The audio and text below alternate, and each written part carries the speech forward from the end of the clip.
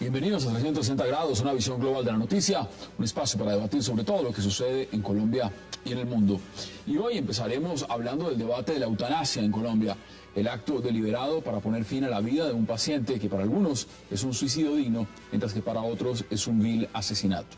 La iniciativa, que es promovida por el senador del partido de la U, Armando Benedetti, pretende reformar 2 artículos del Código Penal que les darán seguridad jurídica a los médicos a la hora de practicar la eutanasia y que además demarcarán los lineamientos legales para acudir a ella. ¿Está Colombia preparada para la llegada de la eutanasia? Lo debatiremos aquí esta noche en 360. Y nuestro segundo tema será el caso de Emilio Tapia, un empresario envuelto en el llamado carrusel de la contratación que pretendería no pasar un solo día en prisión a cambio de revelar cómo funciona la corrupción en la alcaldía de Bogotá. Tapia debe firmar esta semana su preacuerdo con la Fiscalía y estaría a cambio presionando al ente, filtrando información acerca de corruptos contratos como el de servicio de ambulancias en Bogotá. ¿Qué ocurre con este caso? Hoy, tema de discusión aquí en 360 grados. Ya regresamos con nuestros invitados.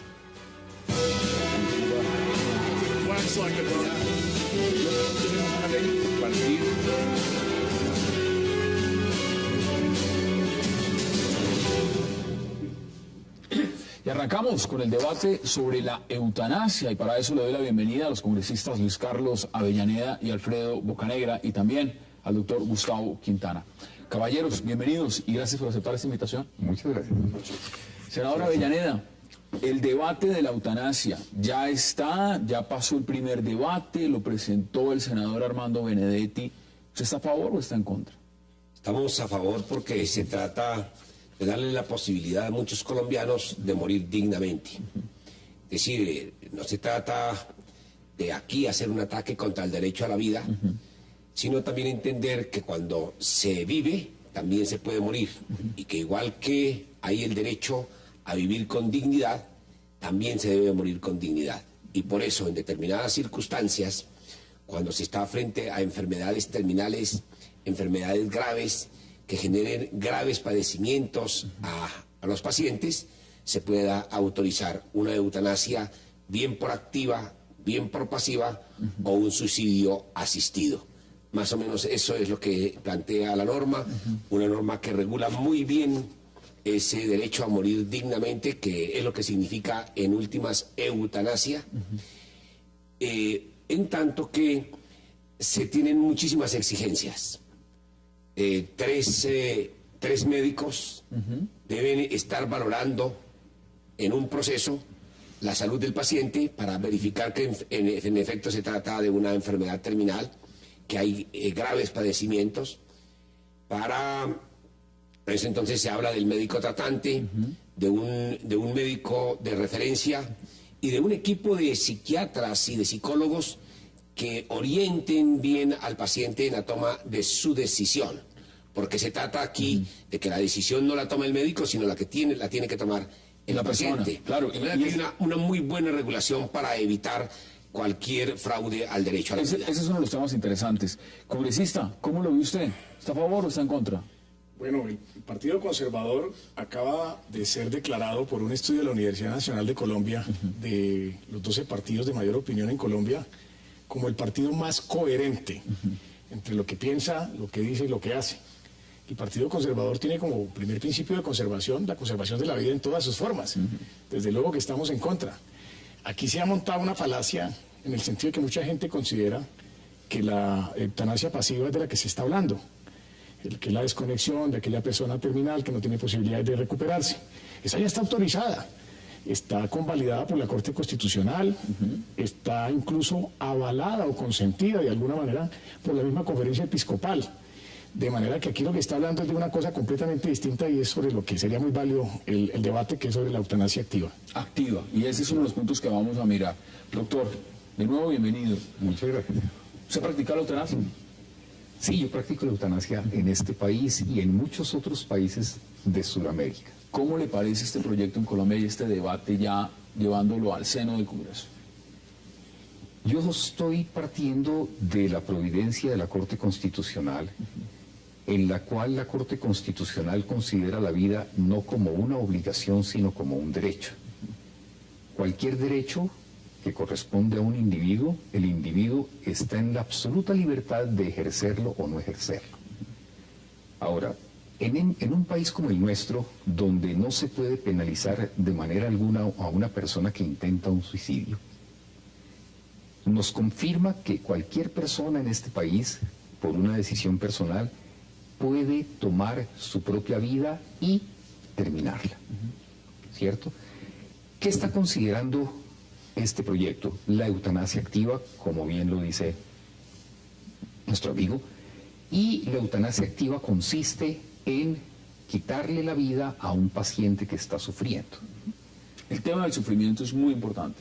Yo diría que más importante, en mi opinión personal, que el tema del sufrimiento es la pérdida de dignidad. ¿Por qué? Todos los seres humanos llegamos a la vida sin preguntarle a nadie.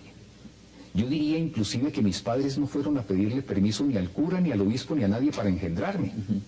Y sin embargo decimos que la vida la da Dios. Y pretendemos que en la misma forma, el final de la vida, que todos sabemos que somos mortales, porque no hay un solo ser humano inmortal, ¿cierto? Tiene que la muerte concluir nuestra vida. O sea, para mí el final de la vida hace parte de la vida. Ahora, y el ser humano, en su opinión, entonces debería, en determinados casos, tener la voluntad de decidir cómo quiere terminar esa vida. ¿Cómo quiere terminar esa vida? Mira. Porque está hablando solamente de su propia vida. Entonces, yo no puedo aceptar que dentro de las consideraciones que se tienen en cuenta para cómo debe ser el final de cada vida, haya lineamientos religiosos o de costumbres o cosas por el estilo. Porque al fin y al cabo, quien decide es un paciente, ¿cierto? Por eso yo me opongo a que en el proyecto se hable de que varios médicos van a verificar el hecho de que un paciente sea realmente terminal.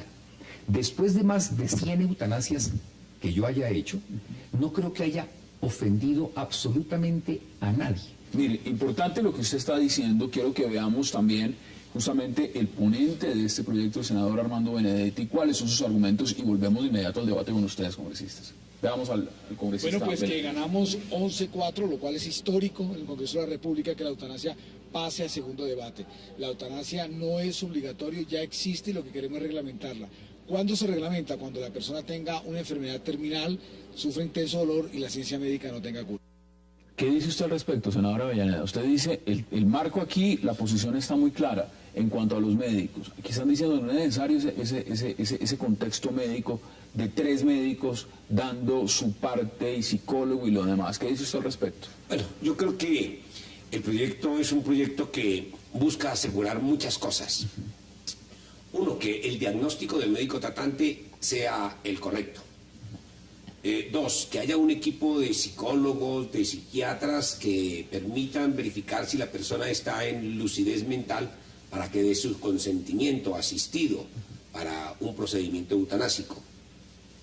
Me parece que están generándose muchas protecciones para evitar que se puedan producir atentados contra el derecho a la vida en los casos o por fuera de los casos en los que la ley lo autorizaría. Me parece entonces en ese sentido que es muy buen protector del derecho a la vida, pero también le da la opción al paciente de que pueda recurrir a la eutanasia. Por eso me parece que es un proyecto muy equilibrado. ¿Qué dice usted al respecto? Yo siempre he pensado que el derecho a una muerte digna realmente, después de los casos que yo he efectuado, no lo tiene definitivamente sino el paciente. Yo me resisto a pensar que pueda de pronto haber un médico que dice, a mí no me parece como tan terminal la enfermedad de este paciente. ¿Y qué hace el paciente? Esperar a quién recurre, ante quién apela. ¿Y esa apelación cuántos años se puede demorar? Me van a decir ustedes que de pronto 1 año, de pronto yo diría que hasta 5 o 6. Y entre tanto el paciente se muere. Entonces vuelvo al punto inicial. De más de 100 eutanasias que he podido realizar, ¿dónde está la persona ofendida que no sea una persona que por su ley religiosa o por los mandatos de su familia o de su costumbre me viene a decir, ¿cómo se atreve usted a quitarle la vida a alguien? Muchas veces me tildan de asesino. Uno no asesina cuando quien pide la muerte es el paciente mismo. Cuando podemos establecer que yo lo que hago es aliviar el dolor, y más que el dolor, la indignidad del paciente. Para mí es mucho más entendible esto. Todos nacemos, vamos progresando y llegamos a un punto culmen. Y resulta que a partir de ese punto culmen, que en nuestra sociedad puede estar entre los 75 y los 85 años, viene desafortunadamente una decadencia que baja en sentido vertical. Pero también viene un punto importante. ¿Quién determina quién debe hacerlo? Porque ese es un punto que se ha discutido mucho. Ahora, congresista, ¿qué dice usted frente a lo que está diciendo el doctor Quintana? Bueno, primero resalto el carácter laico de este debate. Exacto. El hecho de que nosotros pertenecemos a un partido histórico y a un partido que tiene el legítimo derecho de pensar y también de creer, pero que respeta a quienes no creen, no quiere decir que la Iglesia no pueda ser en todas sus expresiones escuchada, porque eso sería llegar a un extremo supremamente sectario. En segundo lugar, los niveles de desesperación frente a la proximidad de la muerte o la inminencia de la muerte también podrían trasladarse a otro escenario. Los escenarios de desesperación en la vida, frente a la pobreza absoluta y extrema, frente al desempleo, frente a la tragedia personal, frente a la depresión. Y eso sería llegar a un lugar común donde sería mucho más práctico declarar inservibles una cantidad de personas en lugar de ayudar a superar sus condiciones de pobreza y de necesidad. Y se me parece mucho a lo que practicaron en la Primera y en la Segunda Guerra, pero sobre todo en la Segunda Guerra, los médicos nazis que lo defendieron en los tribunales de Nuremberg, y que es bien preocupante. En un país como Colombia, donde la realidad supera la ficción, es dramático pensar que puede existir y se pueda llegar a abusar de una eutanasia activa. Yo dejo ahí... ¿Qué dice usted al respecto, senador? No. A ver, mire, una cosa que debe quedar muy clara es que en el proyecto de ley no se habla de que una persona esté en condiciones de desesperación económica o en una situación de desesperación psicológica o qué sé yo, no. Se dice que tiene que tener la persona una enfermedad de carácter terminal. Incluso que se prevea que la muerte puede ocurrir en un lapso no mayor a 6 meses de esa persona. Entonces, aquí no se está autorizando, pues, el suicidio, ¿no? No, tiene esa limitación. Y repito, tiene unas muy buenas regulaciones que, entre otras cosas, diría yo, ya para entrarnos en el debate de qué motiva constitucionalmente este proyecto, diría yo, en primer lugar, el respeto a la dignidad de las personas. Lo dice el doctor también, es un tema de dignidad. Es un tema de dignidad y es un tema que, en mi criterio, como la dignidad es un principio constitucional, por ser principio transversaliza toda la Constitución, en consecuencia toma el derecho a la vida, y entonces no se le puede exigir a un paciente que soporte la indignidad de una determinada enfermedad. Por eso ese principio es supremamente importante. Y lo otro que hemos tenido en cuenta es que, conforme también al artículo 12 constitucional, nadie en Colombia puede ser sometido a tratos crueles, inhumanos o degradantes. Una enfermedad puede colocar a una persona en una situación degradante, en una condición humillante, y eso sería contrario al artículo 12 constitucional. Pero además, el otro principio que hemos tenido en cuenta, o el otro derecho, es el libre desarrollo de la personalidad. Claro. Es un tema de la autonomía, tema que es supremamente importante en el marco de la Constitución de 1991, porque nuestra Constitución del 91, al contrario de la Constitución del 86, es una Constitución mucho más libertaria. Mire, y permítame hacer una pausa, porque vamos a seguir debatiendo ese tema de lo que representa ya este debate abierto, este proyecto presentado en el Congreso, ya pasó el primer debate, de la eutanasia, y por supuesto, quienes están a favor y quienes están en contra. No se vayan, ya regresamos aquí en 360 grados.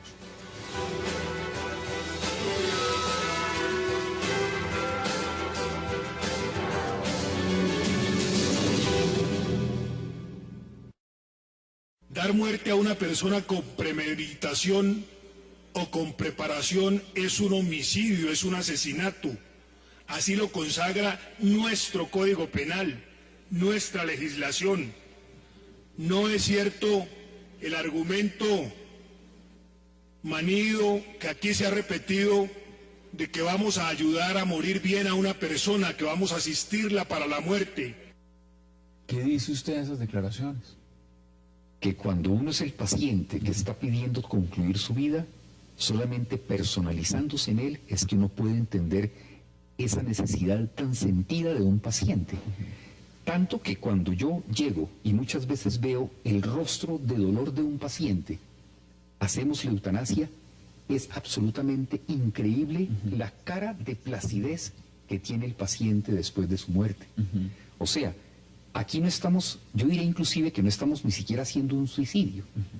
Cuando se habla de un suicidio, es como si tú culminaras con tu vida ahora, teniendo por lo menos 70 años por delante para desarrollarla. ¿Cómo se puede hablar de un suicidio cuando a una persona le quedan máximo, como usted decía, doctor, 6 meses de vida?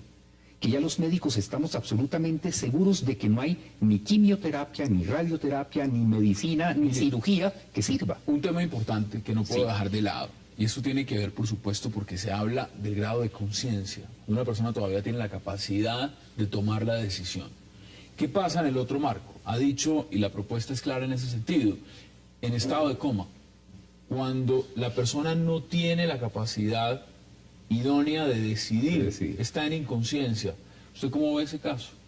No, la familia puede tener un consentimiento. Frente a esos casos extremos, existen ya pronunciamientos que soportan ese caso excepcional. Pero ahora que los dos panelistas que comparten y me honran con este escenario que compartimos, han hablado de los términos vitales o de los términos fatales, yo quisiera poner un ejemplo. Muchos calcularon que el presidente Chávez iba a morir en 3 meses, en 2 meses o en 6 meses. ¿Qué tal que Chávez hubiera echado mano de este mecanismo?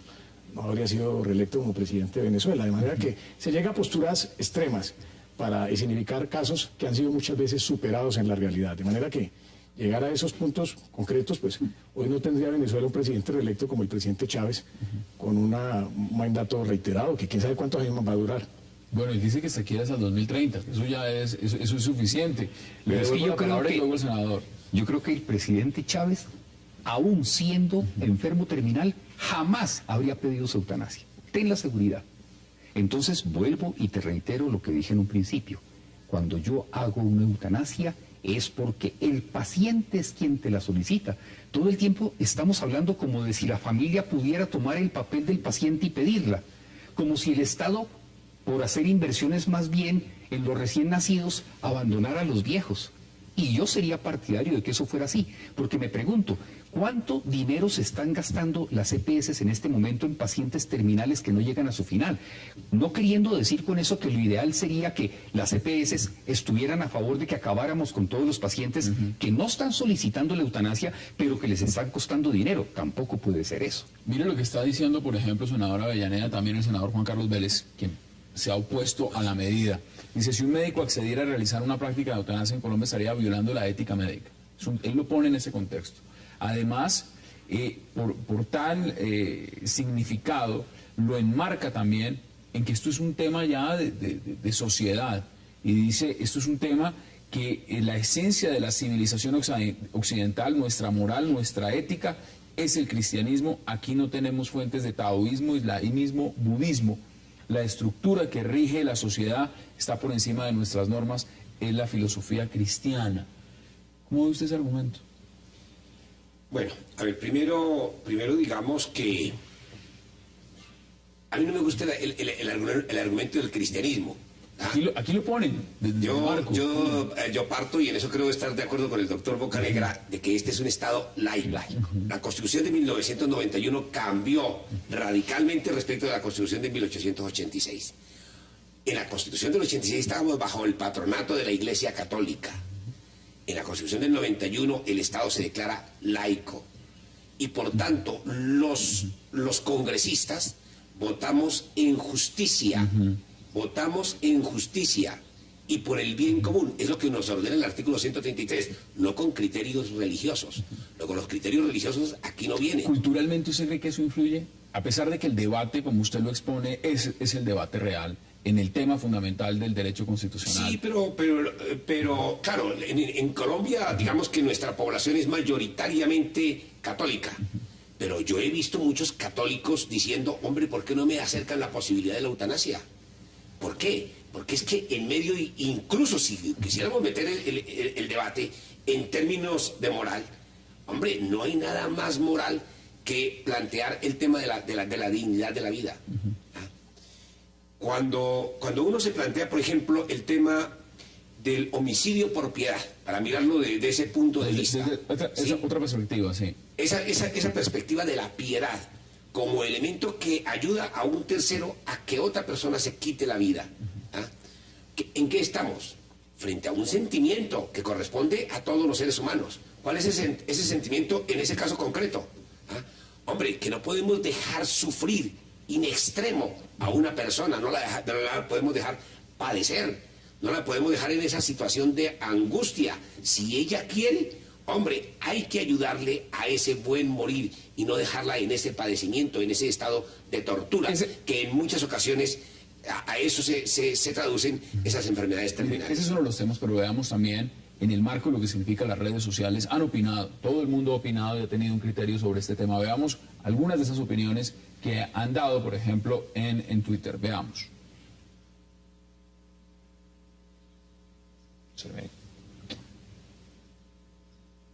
Vamos a tratar de ampliarlo porque desde acá, pues, nuestros televidentes está supremamente corta la imagen. En el sentido mismo, porque aquí se lo quiero preguntar a usted, congresista Bocanegra. Veámoslo de nuevo si ya está más amplificado. Oye, Testola, ¿y para qué quieren aprobar la eutanasia en Colombia si ya tenemos la CPS? Lo dicen de una manera irónica, pero es una realidad. Claro. Es una realidad. El tema de la salud en Colombia llega a esos efectos. ¿Qué dice usted en ese sentido? Claro, coincido plenamente con el comunicador de la red social, porque es una opinión muy válida. Que el tema de los altos costos de los pacientes se volvió un tema que preocupa a un sistema que considera al paciente no como un sujeto de dignidad, sino como un agente de mercado. Y desde esa perspectiva nosotros repudiamos completamente ese hecho. Por eso vamos a presentar también y vamos a acompañar el estatuto, la ley estatutaria del paciente o del usuario. Yo prefiero hablar del paciente. Me parece que reducirlo a temas económicos también es una atrocidad.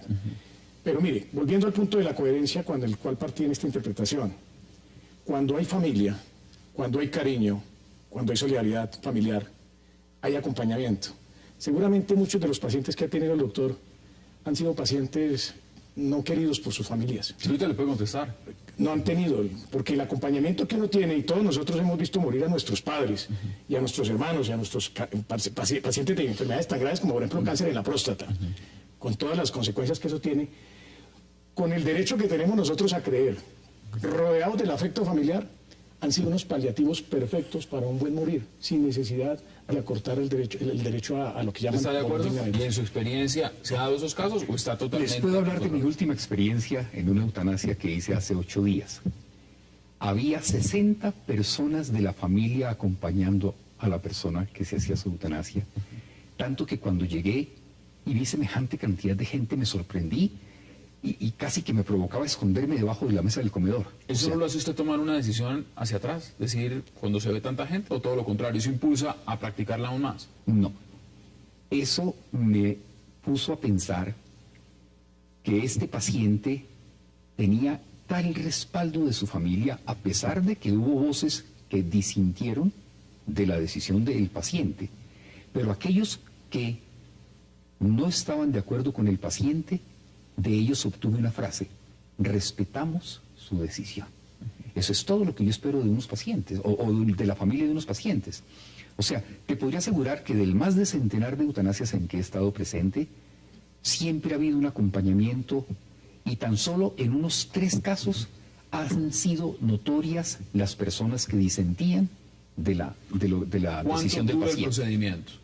8 minutos. 8 minutos exactos. 8 minutos, sí. O sea, yo tomo una vena del paciente, le inyecto un anestésico que lo va a poner en una condición de anestesia un 50% mayor de la que yo necesitaría para sacar un apéndice, por ejemplo. Y cuando ya el paciente está en ese estado de anestesia, espero más o menos unos 2 minutos para estar seguros de que el paciente está en ese estado y aplico un despolarizante cardíaco que apenas llega al corazón, relaja el corazón. Entonces el corazón deja de contraerse, deja de enviar sangre a oxigenarse en el pulmón y el cuerpo termina consumiendo el oxígeno que hay dentro del organismo.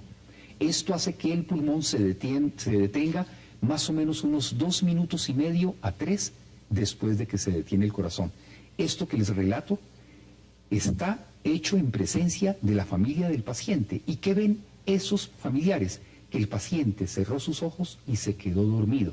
No van a ver ninguna queja del paciente, no van a ver ningún gesto de dolor del paciente, simplemente después se sorprenden y me preguntan, pero si él está solamente dormido. Y les digo yo, no, él ya inició su proceso metabólico de su defunción. Ese es el protocolo normal aquí y en todas partes frente a la eutanasia. No, desafortunadamente yo estoy en una campaña que habla a los eutanasistas europeos, australianos, etcétera, donde todo lo que estos médicos están buscando son métodos de suicidarse. Entonces por eso emplean las bombas de helio, por eso emplean la intoxicación con el monóxido de carbono. Entonces para mí lo que es vital realmente es que la decisión de concluir la vida no es sino una decisión de un paciente que se la comunica a su médico, y este paciente no tiene que hacer nada en contra de sí mismo, no tiene que aspirar un helio, no tiene que ponerse a oler un monóxido de carbono ni nada, sino que simplemente su médico le aplica por la vena y en 8 minutos el paciente inicia su defunción. Mire, importante, quiero que hagamos una pausa para que luego, después de la pausa, sigamos abordando el tema. Si ustedes tienen preguntas también, senadora Avellaneda y congresista Bocanegra, porque quiero verlo también en otra perspectiva y también poder mirar, evidentemente son muchos los televidentes que nos están escribiendo y viendo este debate, y ellos también tienen opiniones al respecto sobre lo que significa el debate de la eutanasia en Colombia. Ya volvemos, no se vayan.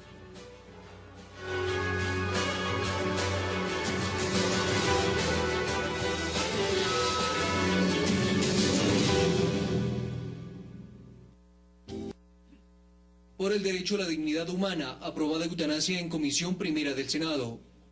Una cosa es el contexto legal, cuando se lleva, pero cuando usted escucha a quien hace la eutanasia, senadora Avellaneda, ¿cómo ve usted el sentido propio de lo que significa este procedimiento? Pues me parece que quien hace una eutanasia es una persona muy humana, ¿ah? Porque yo entiendo que está frente a una situación difícil, pero cuando entiende a la persona, el sufrimiento de esa persona, pues entonces veo que está inyectado ese médico eutanásico, está inyectado de mucha piedad, de mucho amor al prójimo, y entonces lo veo bien. Lo digo por esto, porque ayer lo relataba en la Comisión Primera. Mi madre murió de un cáncer terminal. Sus últimos 2 meses fueron unos meses de una agonía impresionante. Ya no podía con sus dolores. Ya ni siquiera con morfina podíamos calmarle sus dolores. Y vivía supremamente desesperada, gritando todo el día. Era una cosa supremamente angustiante. Ahí yo tal vez me pregunté por primera vez si no era necesario que nosotros entráramos a regular ese tema de la eutanasia. Claro. Empezaba a estudiar Derecho y en plena flor de mi juventud me preguntaba eso. Pero yo creo que si nosotros hubiéramos podido recurrir a un médico que nos ayudara y mi madre hubiera podido acceder a la eutanasia, ella misma lo hubiera yo sí creo que ella lo hubiera aceptado. Congresista, mire, y si no lo hubiera aceptado, pues era la decisión, era su decisión. Había que respetarla. Ahora, mire, aquí escriben varios televidentes, evidentemente con varias posiciones, pero en el tema fundamental dicen lo siguiente: no accederé a pretensiones que busquen la administración de venenos, ni le voy a sugerir a nadie cosas semejante. Es decir, lo ven en la perspectiva como si se estuviera asesinando a alguien. ¿Qué dice usted al respecto? Lo están tomando del juramento hipocrático. Evidentemente. Están haciendo un seguimiento exacto del juramento hipocrático. Pero es una toma muy incompleta. El doctor Rafael Romero, representante a la Cámara, miembro de la Comisión Séptima, y que es médico, ayer tuvo la oportunidad de aclararnos que el tema de un procedimiento eutanásico está admitido dentro del campo de la ética médica. Adelante, congresista. Nosotros consideramos que el tema de la moral, porque aquí solo se habla de legislación y no se habla del componente de la moral, y no hay sociedad que pueda subsistir sin moral, ni en la antigüedad, ni en alguna de las épocas de la conformación social de la humanidad. Para nosotros la moral es un hecho autónomo, no es una condición heterónoma. Yo no le puedo imponer al doctor lo que es mi moral, ni él me impone a mí lo que es su moral, ni viceversa. Eso constituye la diferencia en esto. Para nosotros tiene un talante de carácter moral, de valor moral, que está desde el mismo momento de la gestación de la vida, desde la familia, el fortalecimiento de la familia, desde la creencia en unos valores, de los valores solidarios, del acompañamiento, de la creencia firme en unos procedimientos, y por eso nosotros, por principio y por coherencia, no somos amigos de la eutanasia activa. respetamos el pronunciamiento de la Corte Constitucional en lo que corresponde a la eutanasia pasiva, que ya se está aplicando en Colombia y que muchas veces incluso personas muy cercanas a nosotros han consentido en ella. Si se habla de dignidad, usted hablaba de dignidad, aquí ha hablado del tema moral. Si uno hace, en resumidas cuentas, una valoración frente a lo que importa realmente, lo que importa es la decisión del paciente final. ¿Esa es la opinión, digamos, suya en ese sentido? ¿Eso es lo que importa realmente? Sí, al punto de que la dignidad no se la da sino cada individuo a su propia vida.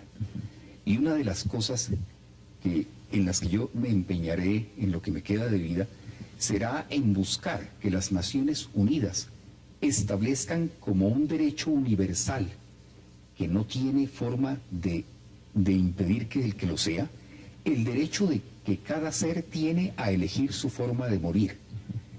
De tal manera que si el cristiano lo espera con los sufrimientos que Dios le mande, está en su derecho. Si el maometano cree que inmolándose por Mahoma y matando americanos va a tener más vírgenes en el cielo, está en su derecho. Pero aquel que no cree y aquel que dice que llegó a la vida fue a ser feliz y tiene un final de su vida doloroso y decide optar por la eutanasia, también está en su derecho. Entonces, este derecho establecido en forma universal por las Naciones Unidas hará que podamos convivir en paz. Porque lo que yo me pregunto es, ¿por qué no aceptamos que cada quien, dentro de su creencia, dentro de su moral, dentro de su formación filosófica, dentro de su religión, haga con el final de su vida lo que quiere hacer?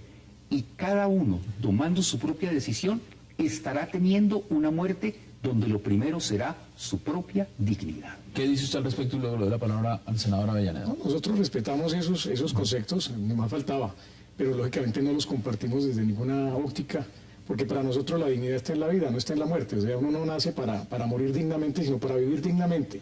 Y el final de los tiempos está sujeto a una serie de condiciones. Quien ha sido feliz, quien se ha realizado, quien ha tenido oportunidades en la vida, que es de lo que tenemos que dotar a la sociedad, es una persona que no le tiene miedo a la muerte. Por el contrario, hay personas que tienen una vocación tanática desde que tienen uso de razón. Hay otros que tenemos una vocación erótica. Nosotros somos más hacia la vida, somos más pro vida que tanáticos. Hay personas que desde los primeros años de conciencia tienen tendencia hacia la muerte y nosotros somos absolutamente coherentes con eso y defendemos la vida desde su gestación, desde la capacidad que tenga la persona de pensar en concebir otro ser humano hasta el momento de su desarrollo, de su vida, de la dignificación de la misma, que no le otorgue amarguras para poder morir. ¿Qué dice usted, senador Avellaneda? A ver, un tema importante es el tema de la moral. La moral es una moral individual. Cada persona tiene su moral. Pues cada persona, conforme a su moral, dése la respuesta que necesita. ¿Cómo quiere vivir? Justamente sobre la moral descansa uno de los derechos más importantes de la Constitución de 1991, que es el libre desarrollo de la personalidad. Es la autonomía que cada persona tiene para construir su proyecto de vida, pero también para saber cuándo le pone término a ese proyecto de vida. Repito yo, dentro de las condiciones en que hemos logrado avanzar ahora, dentro de los derroteros que marcó la Corte Constitucional. Ese es como un primer aspecto. El segundo aspecto que yo quiero reiterar es que en esto no hay ninguna falla ética de parte del médico eutanásico. ¿Ya? ¿Por qué? Porque lo que está haciendo esa persona es mirando que la persona viva con dignidad. Vuelvo yo a ese punto, porque es que ese es un tema importante. El tema de la dignidad. No se trata de vivir por vivir, no se trata de tener cualquier vida, se trata de tener una vida digna, una vida a plenitud, una vida gozosa, una vida donde uno pueda disfrutar de ella. Esa es por lo menos mi concepción. Y como aquí, en este proyecto de ley, no estamos autorizando la muerte en cualquier circunstancia, sino en unas condiciones muy específicas, yo creo que el proyecto se ajusta muy bien a eso. Ahora, con eso quiero que empecemos las conclusiones y evidentemente quiero empezar con ustedes que están en el Congreso. ¿Tiene futuro este proyecto? ¿Tiene futuro de pasar en el Congreso? ¿Cómo lo ve, senador Avellaneda? Pues en esta ocasión hay mucho optimismo, porque la Comisión Primera Constitucional, que es la comisión política por excelencia, ¿ah? Lo mismo en la Cámara de Representantes, es donde, digamos, están los capos políticos. ¿Ah? Y si en esta ocasión, en esa comisión, pasó con 11 votos a favor y 4 en contra, es decir, donde solamente el Partido Conservador en esta ocasión votó en contra y un voto del doctor Juan Carlos Vélez, pues yo diría que el proyecto tiene en esta ocasión muchas posibilidades de pasar en el Congreso de la República y ojalá así sea por muchas personas que están hoy, seguro, en las casas, en las clínicas, padeciendo y esperando una autorización de procedimientos de eutanasia. ¿Y qué dice usted al respecto? A mí me preocupa la celeridad que se le quiere dar al proyecto, como en la aplicación de los 8 minutos del doctor Quintana. Me parece que esto merece un debate mucho más abierto de la sociedad científica, a favor y en contra. También yo digo como Habermas, a las iglesias o a la religión no necesariamente hay que creerle, pero hay que escucharlas. Yo creo que debe haber muchas audiencias públicas. Me preocupa que esto haya sido con tanta celeridad, pero por lo menos en lo que respecta a la Cámara, tenga la plena seguridad que promoveremos muchas audiencias públicas y aquí estarán aquí está el debate. Invitados excepcionales. Qué bueno escuchar allá al doctor y que todo el país lo escuche, pero también escuchar voces muy autorizadas. Yo escuchaba esta mañana en un medio de comunicación, por ejemplo, desde la óptica de la Iglesia Católica, a una persona muy interesante como el señor Flavio Calle, con unos argumentos también poderosos, muy poderosos, que me gustaría verlos alternando, por ejemplo, con el doctor Quintana. De manera que yo creo que hay que darle debate suficiente. Sobre el éxito final, no es un éxito político. Los éxitos políticos no tienen razón de ser en estas realizaciones de carácter legislativo. Aquí hay que tener en cuenta también a la sociedad, y más cuando estamos hablando de demócratas, pues hay que hacer un amplio espectro de discusión. ¿Cuáles son sus conclusiones? ¿Usted le ve futuro a este proyecto y cómo lo anhela o lo ha visualizado usted en el pasado? Yo pienso que estando esto en manos de los congresistas, espero que utilicen su corazón y su razón para resolverlo. Bueno, ahí están esas posiciones, doctor Gustavo Quintana. Gracias por haber aceptado la invitación y por exponernos claramente desde la persona que practica la eutanasia cómo es el procedimiento. Muchas gracias. Ustedes nos acompañan todavía. Vamos a hacer una breve pausa y ya regresamos aquí en 360 grados para seguir debatiendo agenda política de Colombia y en este caso lo que ha significado el carrusel de la contratación en Bogotá y por supuesto en particular Emilio Tapia. No se vayan, ya regresamos.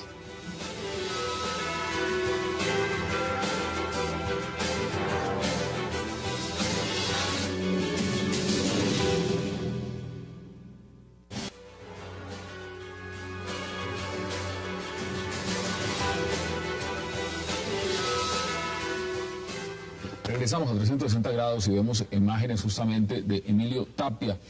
Y el carrusel de la contratación, evidentemente, con este hombre ha tomado una nueva dirección y, por supuesto, la Fiscalía está feliz con todas las revelaciones que está haciendo Emilio Tapia en este caso. Para abordar el tema, le doy también la bienvenida a José Gabriel Fonseca. José Gabriel, bienvenido. Bueno, muchas gracias. Mire, vamos al grano. ¿Cómo ha visto usted el caso de Emilio Tapia, por supuesto, y las revelaciones que está haciendo ahora en este momento frente al carrusel de la contratación en Bogotá? Pues me parece que las revelaciones de Emilio Tapia a la Fiscalía le dan un nuevo aire a esa investigación que parecía olvidada, hundida, después de las denuncias del actual alcalde Petro, del senador Avellaneda y del concejal Carlos Vicente de Rú sobre el tema del carrusel de la contratación el año pasado, pues parecía que la Fiscalía se había quedado estancada, ¿no? Lo último que se supo en el ejercicio de la Fiscalía de Vivian Morales era que la investigación ya daba para tomar medidas. Pero pasó un tiempo y no pasó nada.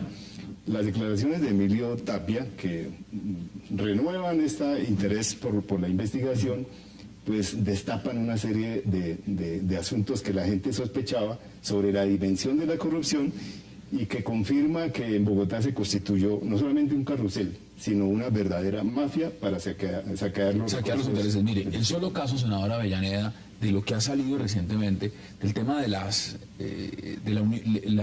la unión temporal frente al tema de las ambulancias.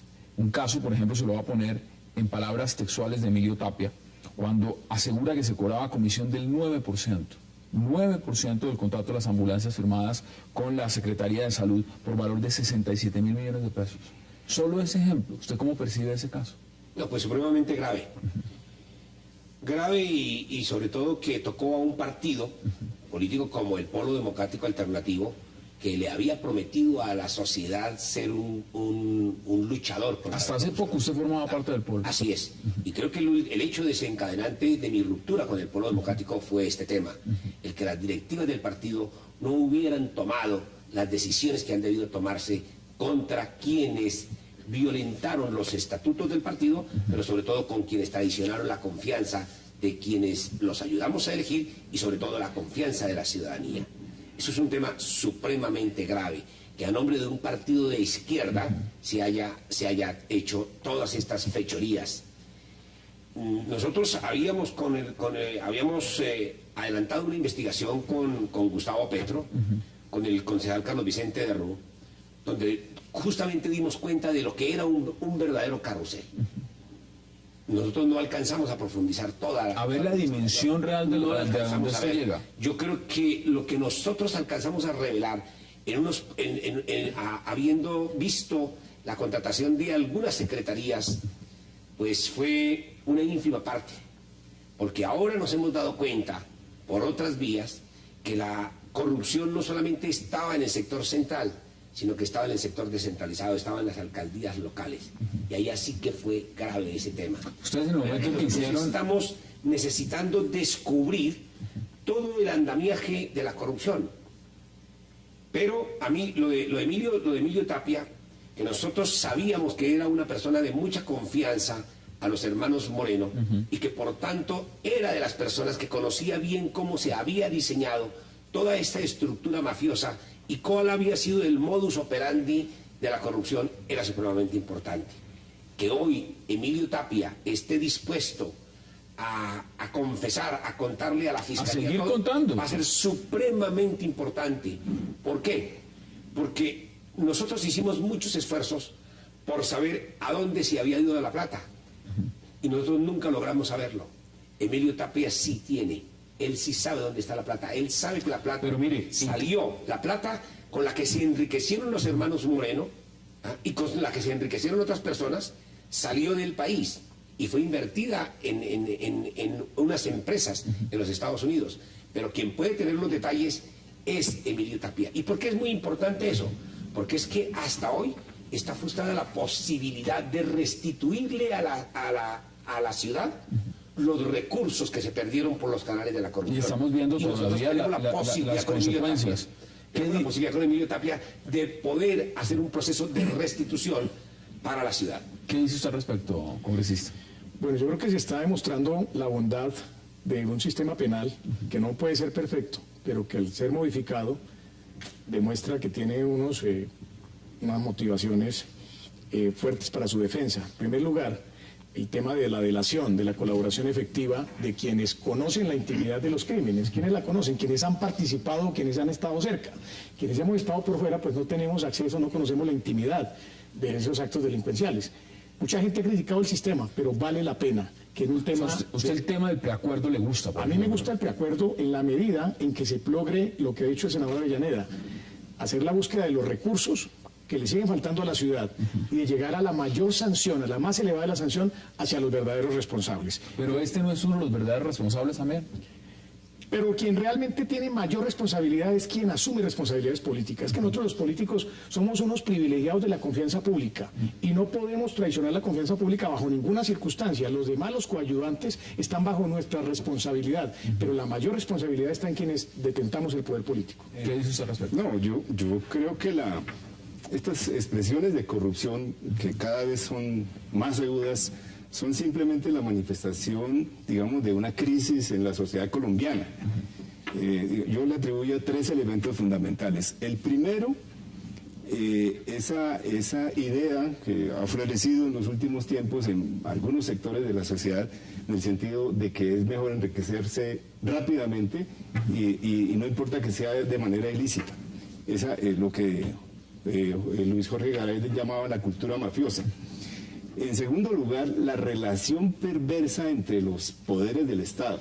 Digamos, la relación consejo-alcalde, Congreso-presidente. Mira, aquí lo expone muy bien. Él está diciendo, además, acá hay un tema que involucra al Consejo. Involucra unos concejales de un carácter donde unos eran VIP y los otros tenían otro trato, y estos VIP sencillamente recibían los mejores contratos, las mejores tajadas. Porque es que el problema es que digamos, el ejercicio institucional entre el Ejecutivo y el Legislativo, en este caso entre el Distrito y el Consejo, se convirtió en un intercambio clientelista y de favores, en donde medran necesariamente en toda clase de corruptos. Y los políticos se reproducen, algunos, obviamente que hay excepción, hay políticos honestos también y concejales honestos, pero los políticos aprendieron a que su manera de reelegirse es acumulando capital y aumentando su clientela. Y el tercer factor que yo creo que es importante mencionar como trasfondo del tema de la corrupción es la falta de controles. Digamos, en Colombia los organismos encargados de controlar son elegidos,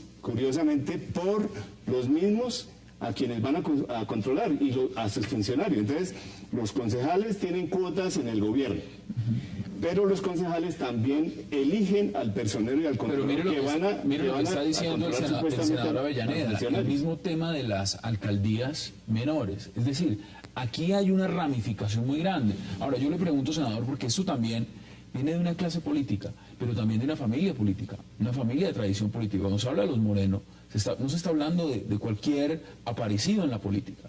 Y eso en la representación misma de lo que representa la alcaldía de Bogotá es supremamente grave. Usted decía, eso representó la salida suya del polo democrático. ¿Cómo se equivocó entonces el polo manejando esa situación desde el inicio? Bueno, creo que nos equivocamos en el tema de la selección del alcalde, sin lugar a dudas. Sí. Del candidato nos equivocamos, ahí nos equivocamos. Porque lamentablemente había unos antecedentes del comportamiento del senador Iván Moreno en la ciudad de Bucaramanga. Y ese antecedente no lo tuvimos en cuenta y no sabíamos que ellos trabajaban bien en llave. De verdad que hay una primera responsabilidad. Pero la más grave de todas es que una vez que se empezó a sospechar de que había problemas de corrupción, el partido no hizo nada. No hizo ningún correctivo. Nada. Y menos cuando entregamos, lo más grave es que una vez le entregamos unos estudios preliminares con muchas pruebas, donde nosotros demostrábamos que ahí había corrupción, la dirección no hizo nada. Veamos pasemos a ver nuevamente ese contrato. Esas son de las cosas más graves. ¿Por qué? Porque durante todos estos años en que ha estado vigente ese contrato de ambulancias, hombre, hemos tenido expuesta a la sociedad bogotana a unos grandes perjuicios en materia de salud. Ganó quien menos tenía las condiciones para ganar este contrato. Así es. Es decir, en el marco de lo que representa la política social de salud, un tema tan fundamental, ni siquiera el más capacitado ganó. Y quien hizo la denuncia, el Fondo Traibaca, que supuestamente debió ganar abiertamente la licitación, sencillamente dijo, yo no acepto pagar mordidas. Eso nos representa claramente lo que significa hacer este tipo de contrataciones y la distribución y cómo se reparten los contratos en la ciudad de Bogotá y en Colombia. Así es.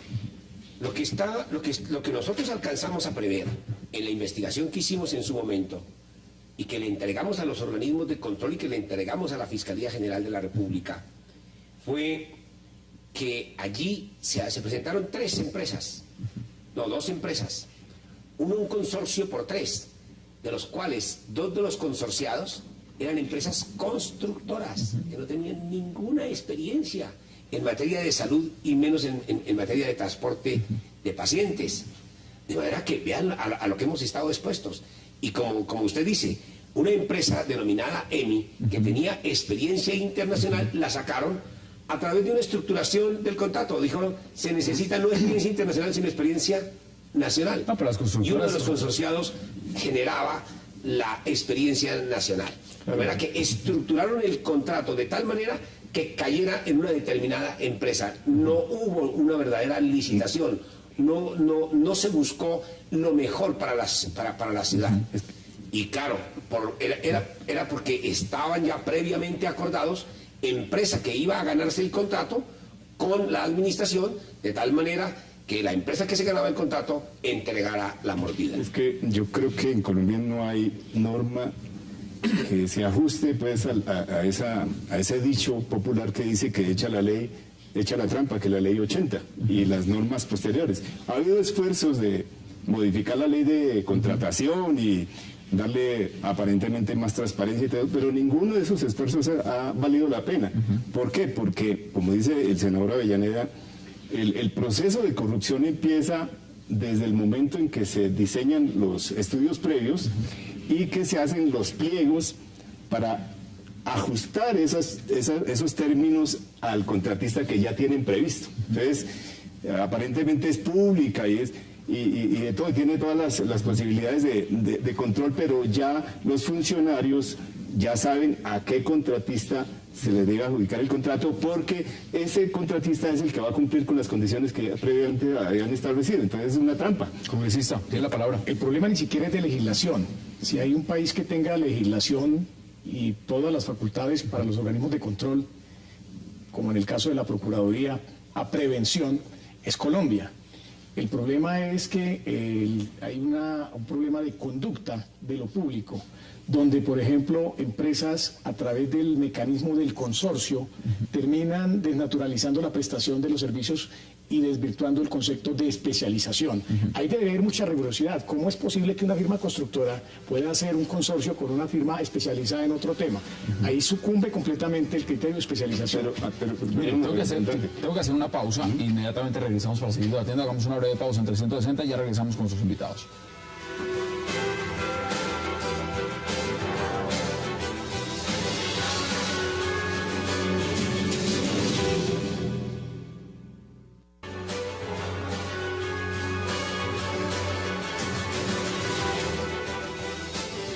Regresamos a 360 grados debatiendo lo que significa el caso de Emilio Tapia, por supuesto, y la corrupción en Bogotá. Quiero darle la bienvenida también a Óscar Ortiz, exar anticorrupción, y está con nosotros vía Skype desde Santa Marta. Óscar, bienvenido y gracias. Adán, buenas noches a todos los integrantes del CET. Óscar, usted tuvo la oportunidad de hacer denuncias muy fuertes frente al tema de la contratación en Bogotá, del carrusel de la contratación. Cuéntenos al respecto. ¿Cuáles fueron esas denuncias? ¿Cómo fue ese proceso? Pues en ejercicio de las labores encomendadas al programa presidencial, pudimos lamentablemente constatar que en Bogotá durante 15 años habíamos pensado que todo futuro sería mejor, y en realidad nos encontramos durante la alcaldía de Samuel Moreno y el mandato de Los Moreno que todo pasado fue mejor y que había toda una operación con el propósito de favorecer el enriquecimiento de muy pocas personas, y que en Bogotá no estaba operando la división de poderes, sino la división de comisiones. Pudimos denunciar, por ejemplo, cómo se adjudicó de manera arbitraria e ilícita la tarea en un censo de taxis por 3.500 millones de pesos. Esa denuncia dio como resultado que tuviera que renunciar el secretario de Movilidad, Bernardo Villegas, que luego fue sancionado disciplinariamente y que no sé si en segunda instancia le aliviaron esa sanción luego en la personería de Bogotá. En la malla vial local, por ejemplo, en 2 contratos por 77.000 millones de pesos, con una serie de ventajas como las que estaban señalando ahora en el caso de las ambulancias, se establecían exigencias como, por ejemplo, de que se debería contar con una planta de asfalto con una capacidad de producción de 150 toneladas hora, y en esa medida solamente 2 o 3 empresas podrían estar habilitadas para esa tarea y desde luego como oferentes con posibilidad de ser adjudicatarios, cuestión que pudimos finalmente superar. En el metro pues está muy conocido todo lo de la 26, nos prometieron un metro y no nos dieron ni un metro de Transmilenio funcionando. En el acueducto, el caso de Canoas, una licitación por 230.000 millones de pesos, también supimos, aunque no tuvimos la posibilidad de tener un buen soporte probatorio, pero se hablaba también de una coima de 18.000 millones de pesos, y fue evidente la manera como se estaba tratando de privilegiar la manera de soportar la experiencia para unos oferentes y desde luego un tratamiento muy distinto para otros.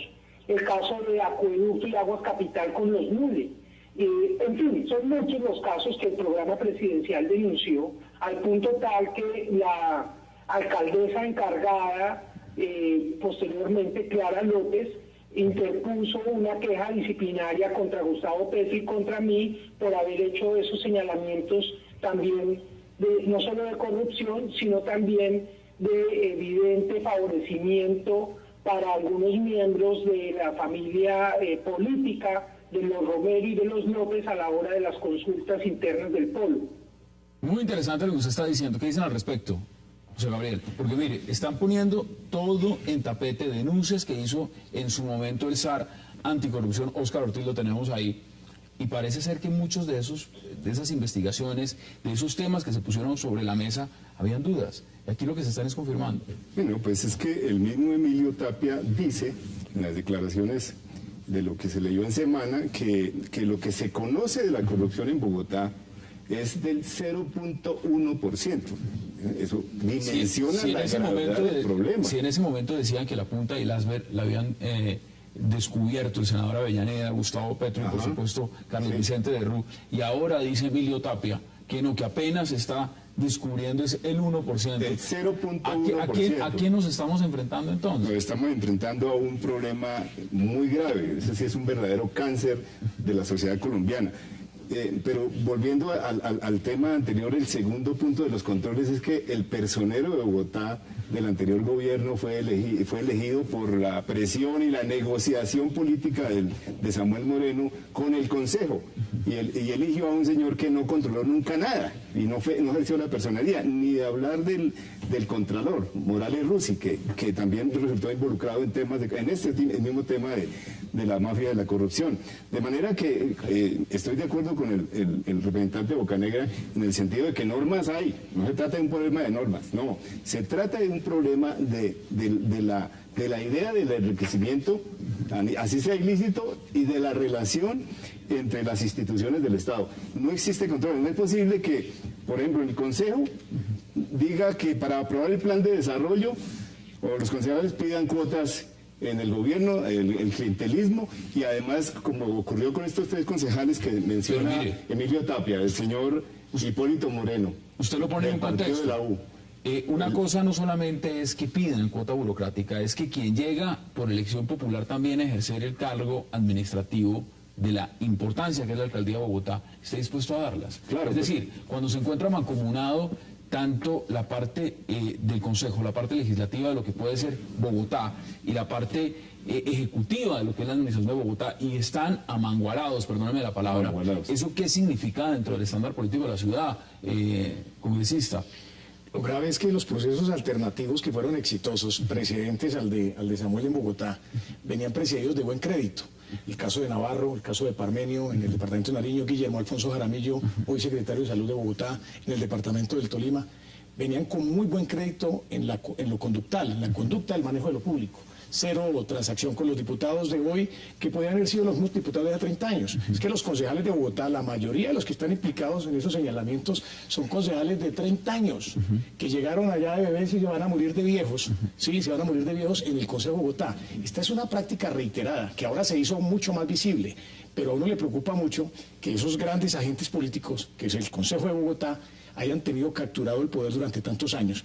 El problema no es de ellos, el problema es de quien permite eso, y quien permite eso es el Ejecutivo, que tiene capacidad de denuncia y quien debe rodearse de la sociedad civil y fortalecer la sociedad civil para hacer gobernables las ciudades. Es que la transacción, Hassan, consiste en que a cambio de los votos no controlan. Digamos, si el gobierno está interesado en un proyecto, por ejemplo el plan de desarrollo o el presupuesto, entonces le da cuotas a los concejales y los concejales no ejercen el control político.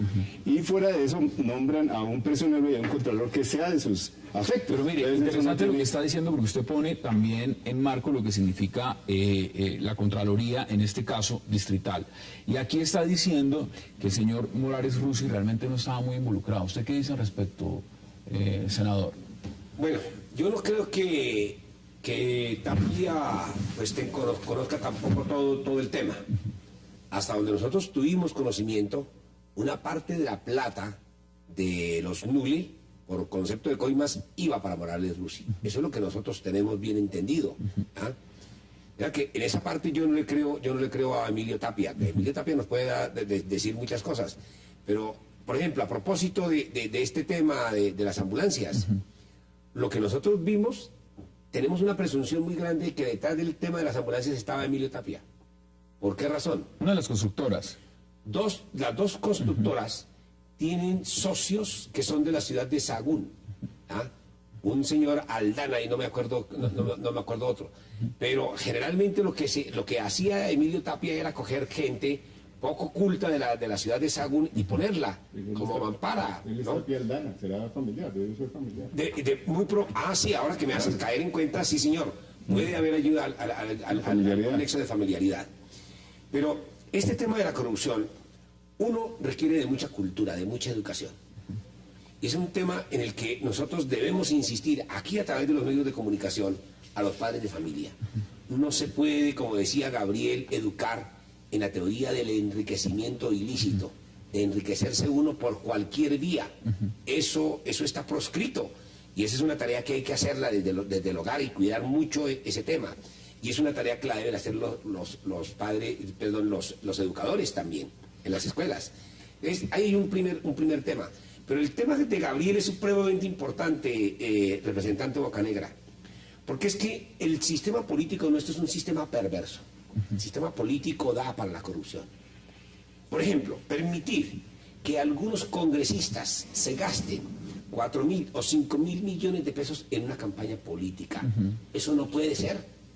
¿Para qué se necesitan 4.000 o 5.000 millones de pesos? Pues para ir y comprarse los votos. Claro. ¿Ah?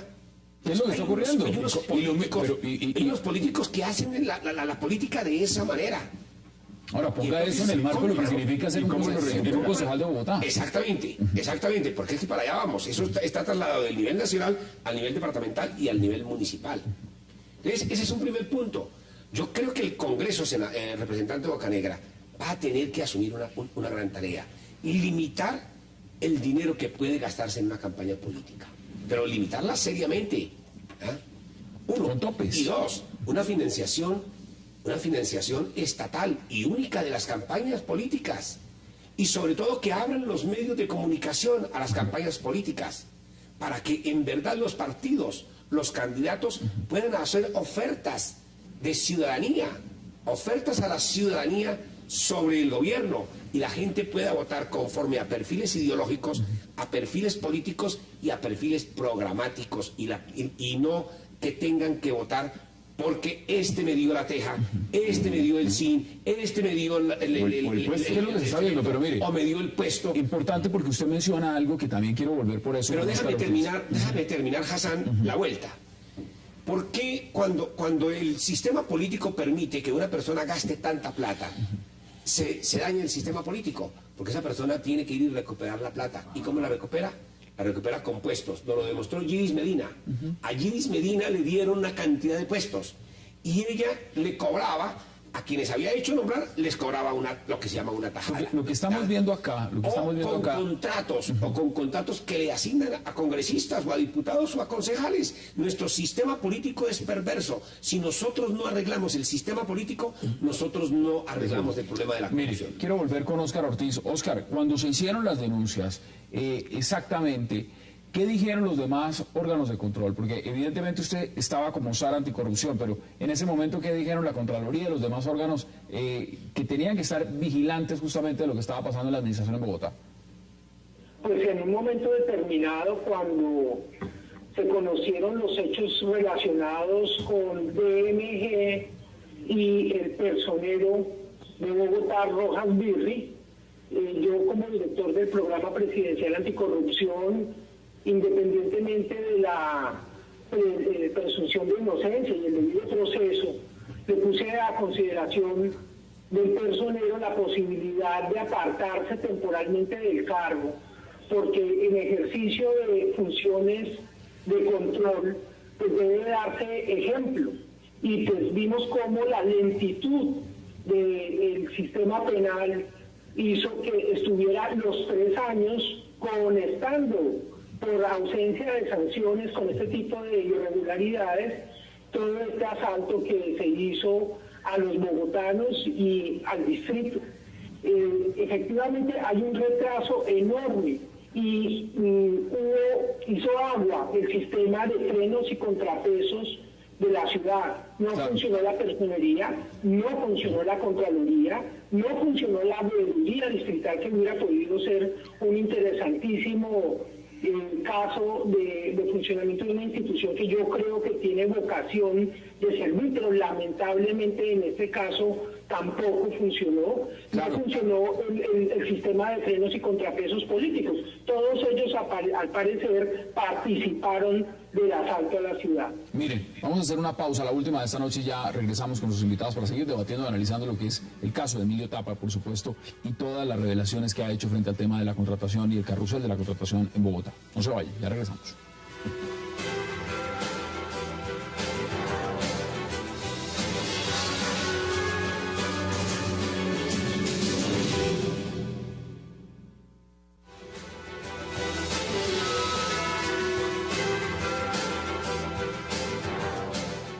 Regresamos a 360 grados, analizando y debatiendo el caso de Emilio Tapia y la corrupción en Bogotá. ¿Usted quería intervenir hace rato? Sí, es que yo retomo lo que acaba de decir el senador Avellaneda sobre el tema de por qué en las campañas se invierte tanta plata. Uno encuentra aquí en Bogotá, por ejemplo, que hay campañas para ediles que van a tener un sueldo de 3.500.000 pesos, y se gastan 100, 150 millones, 200 millones para ser edil en Bogotá. Un concejal, hay campañas que gastan 500, 800 mil millones de pesos.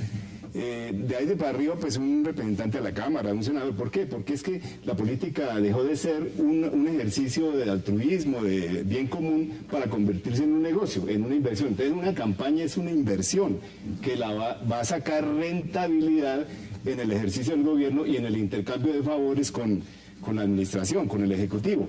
Uno espera que en este periodo en Bogotá el alcalde Petro tome decisiones radicales sobre el tema de la corrupción, que cumpla con su propuesta de gobierno. Entre otras cosas, parte de su campaña la sustentó sobre eso. Él fue uno justamente de los que denunció este caso y lo puso en la palestra pública. Ahora, tengo que empezar a resumir con ustedes, y me interesa verlo en la perspectiva de lo que esto representa para Samuel Moreno, por supuesto, y para Iván Moreno.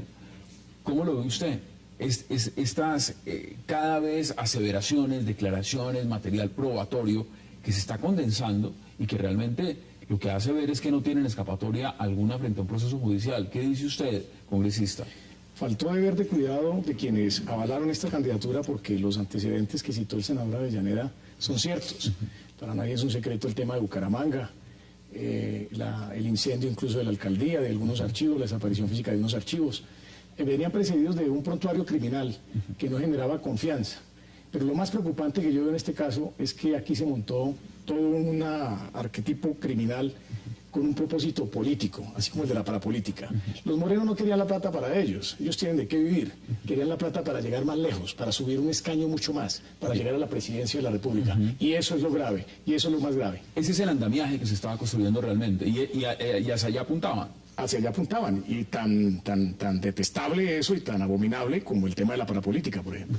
¿Qué dice usted al respecto, senador? No, pues nosotros que fuimos los encargados de denunciar este tema, pues nosotros nos quedamos siempre estupefactos.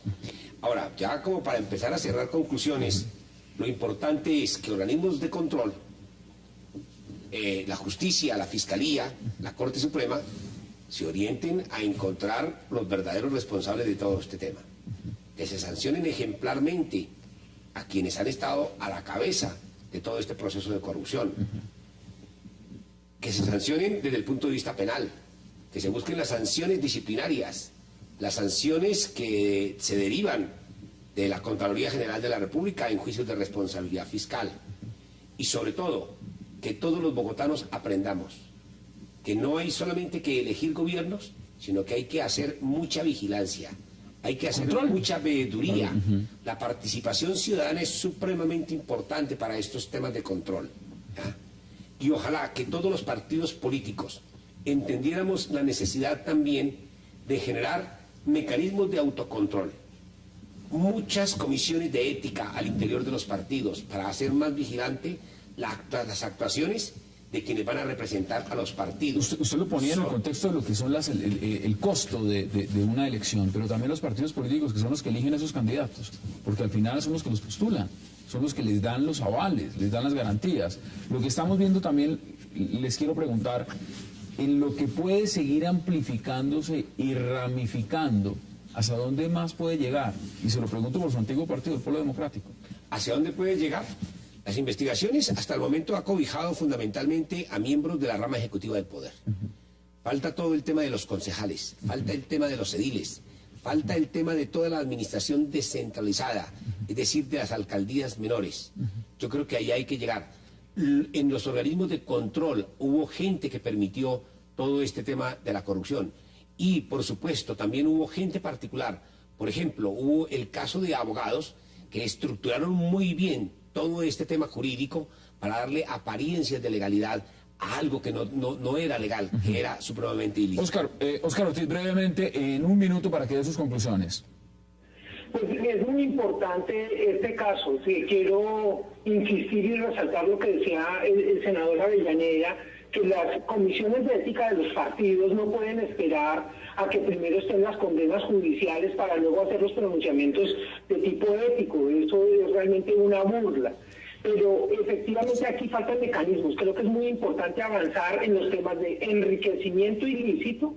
Hay que estrenar un delito que está en nuestra ley y que no tiene condenados, que es el concierto para delinquir contra la administración pública, que no distingue entre servidores públicos y particulares y no requiere que se obtenga la finalidad. Yo creo que este delito, como se le propuse a la Procuraduría y a la Fiscalía, toca estrenarlo y creo que muy bien vale la pena aplicar para los particulares también las consecuencias de la colusión.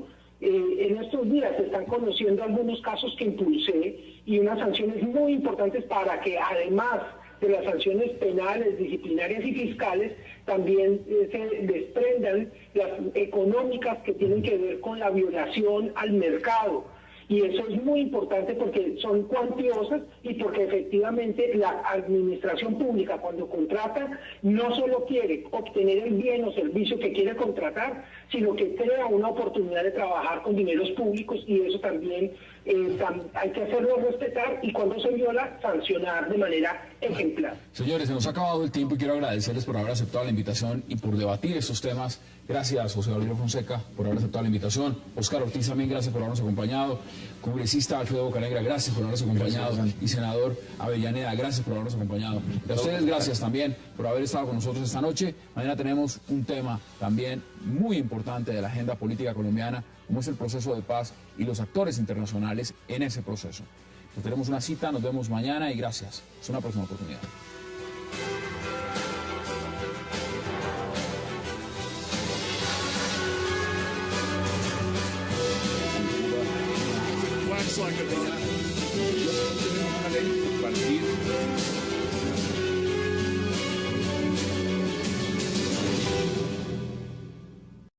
Trata de darle la posibilidad a muchos colombianos de morir dignamente. Es decir, no se trata de aquí hacer un ataque contra el derecho a la vida, sino también entender que cuando se vive, también se puede morir. Y que igual que hay el derecho a vivir con dignidad, también se debe morir con dignidad. Y por eso, en determinadas circunstancias, cuando se está frente a enfermedades terminales, enfermedades graves, que generen graves padecimientos a los pacientes, se pueda autorizar una eutanasia bien por activa, bien por pasiva o un suicidio asistido. Más o menos eso es lo que plantea la norma, una norma que regula muy bien ese derecho a morir dignamente, que es lo que significa en últimas eutanasia, en tanto que se tienen muchísimas exigencias. Tres médicos deben estar valorando en un proceso la salud del paciente para verificar que en efecto se trata de una enfermedad terminal, que hay graves padecimientos, para eso entonces se habla del médico tratante, de un médico de referencia y de un equipo de psiquiatras y de psicólogos que orienten bien al paciente en la toma de su decisión. Porque se trata aquí de que la decisión no la toma el médico, sino la tiene que tomar el paciente. Claro, y hay una muy buena regulación para evitar cualquier fraude al derecho a la vida. Ese es uno de los temas interesantes. Congresista, ¿cómo lo ve usted? ¿Está a favor o está en contra? Bueno, el Partido Conservador acaba de ser declarado por un estudio de la Universidad Nacional de Colombia, de los 12 partidos de mayor opinión en Colombia, como el partido más coherente entre lo que piensa, lo que dice y lo que hace.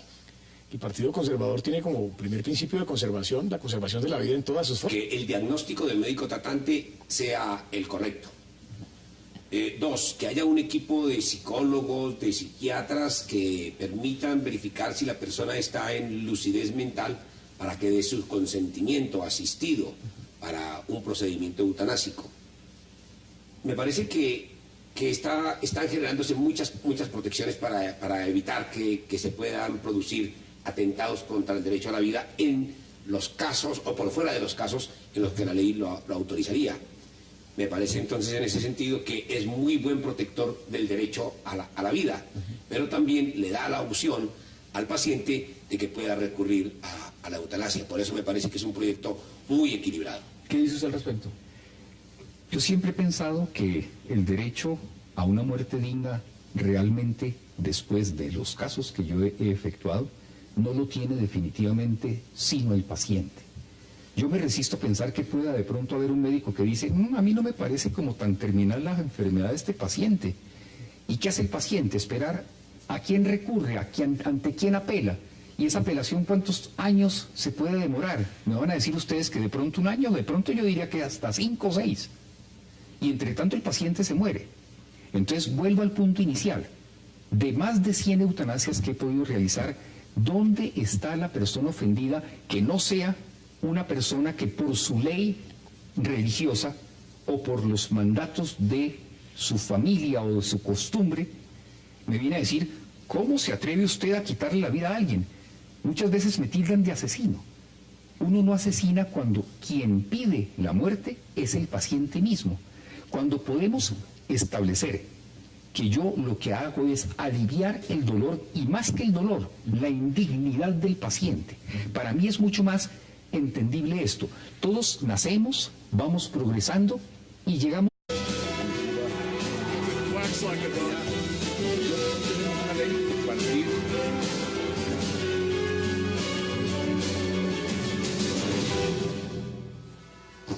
Bienvenidos a 360 grados, una visión global de la noticia, un espacio para debatir sobre todo lo que sucede en Colombia y en el mundo. Y hoy empezaremos hablando del debate de la eutanasia en Colombia, el acto deliberado para poner fin a la vida de un paciente que para algunos es un suicidio digno, mientras que para otros es un vil asesinato. La iniciativa, que es promovida por el senador del partido de la U, Armando Benedetti, pretende reformar 2 artículos del Código Penal que les darán seguridad jurídica a los médicos a la hora de practicar la eutanasia y que además demarcarán los lineamientos legales para acudir a ella. ¿Está Colombia preparada para la llegada de la eutanasia? Lo debatiremos aquí esta noche en 360. Y nuestro segundo tema será el caso de Emilio Tapia, un empresario envuelto en el llamado carrusel de la contratación que pretendería no pasar un solo día en prisión a cambio de revelar cómo funciona la corrupción en la alcaldía de Bogotá. Tapia debe firmar esta semana su preacuerdo con la Fiscalía y estaría a cambio presionando al ente, filtrando información acerca de corruptos contratos como el de servicio de ambulancias en Bogotá. ¿Qué ocurre con este caso? Hoy, tema de discusión aquí en 360 grados. Ya regresamos con nuestros invitados.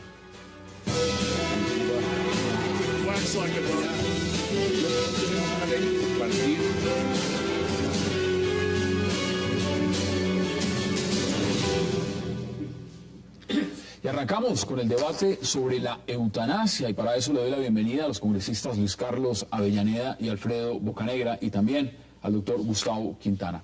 Caballeros, bienvenidos y gracias por aceptar esta invitación. Muchas gracias. Senador Avellaneda, el debate de la eutanasia ya está, ya pasó el primer debate, lo presentó el senador Armando Benedetti. ¿Usted está a favor o está en contra? Estamos a favor porque Ni al cura, ni al obispo, ni a nadie para engendrarme. Y sin embargo decimos que la vida la da Dios.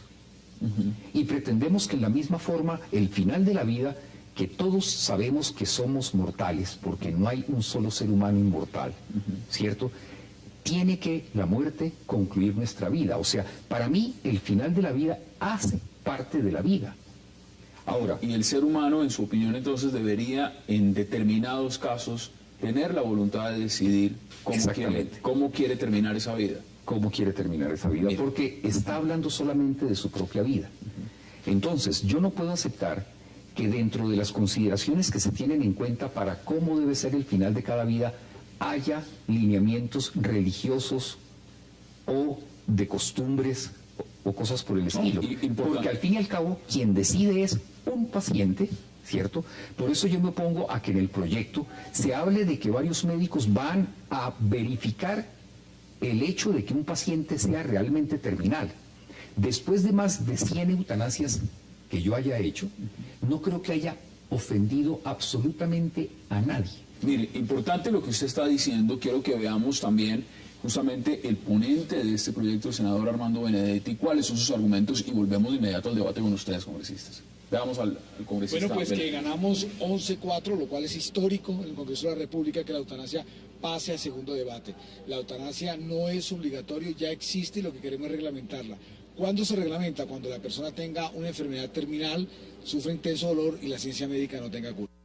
¿Qué dice usted al respecto, senadora Avellaneda? Usted dice, el marco aquí, la posición está muy clara en cuanto a los médicos. Aquí están diciendo que no es necesario ese contexto médico de 3 médicos dando su parte y psicólogo y lo demás. ¿Qué dice usted al respecto? Bueno, yo creo que el proyecto es un proyecto que busca asegurar muchas cosas. Uno, formas. Desde luego que estamos en contra. Aquí se ha montado una falacia en el sentido de que mucha gente considera que la eutanasia pasiva es de la que se está hablando, que es la desconexión de aquella persona terminal que no tiene posibilidades de recuperarse. Esa ya está autorizada, está convalidada por la Corte Constitucional, está incluso avalada o consentida de alguna manera por la misma Conferencia Episcopal. De manera que aquí lo que está hablando es de una cosa completamente distinta, y es sobre lo que sería muy válido el debate, que es sobre la eutanasia activa. Activa, y ese es uno de los puntos que vamos a mirar. Doctor, de nuevo bienvenido. Muchas gracias. ¿Usted practica la eutanasia? Sí, yo practico la eutanasia en este país y en muchos otros países de Sudamérica. ¿Cómo le parece este proyecto en Colombia y este debate ya llevándolo al seno del Congreso? Yo estoy partiendo de la providencia de la Corte Constitucional, en la cual la Corte Constitucional considera la vida no como una obligación, sino como un derecho. Cualquier derecho que corresponde a un individuo, el individuo está en la absoluta libertad de ejercerlo o no ejercerlo. Ahora, en un país como el nuestro, donde no se puede penalizar de manera alguna a una persona que intenta un suicidio, nos confirma que cualquier persona en este país, por una decisión personal, puede tomar su propia vida y terminarla, ¿cierto? ¿Qué está considerando este proyecto? La eutanasia activa, como bien lo dice nuestro amigo, y la eutanasia activa consiste en quitarle la vida a un paciente que está sufriendo. El tema del sufrimiento es muy importante. Yo diría que más importante, en mi opinión personal, que el tema del sufrimiento es la pérdida de dignidad. ¿Por qué? Todos los seres humanos llegamos a la vida sin preguntarle a nadie. Yo diría inclusive que mis padres no fueron a pedirle permiso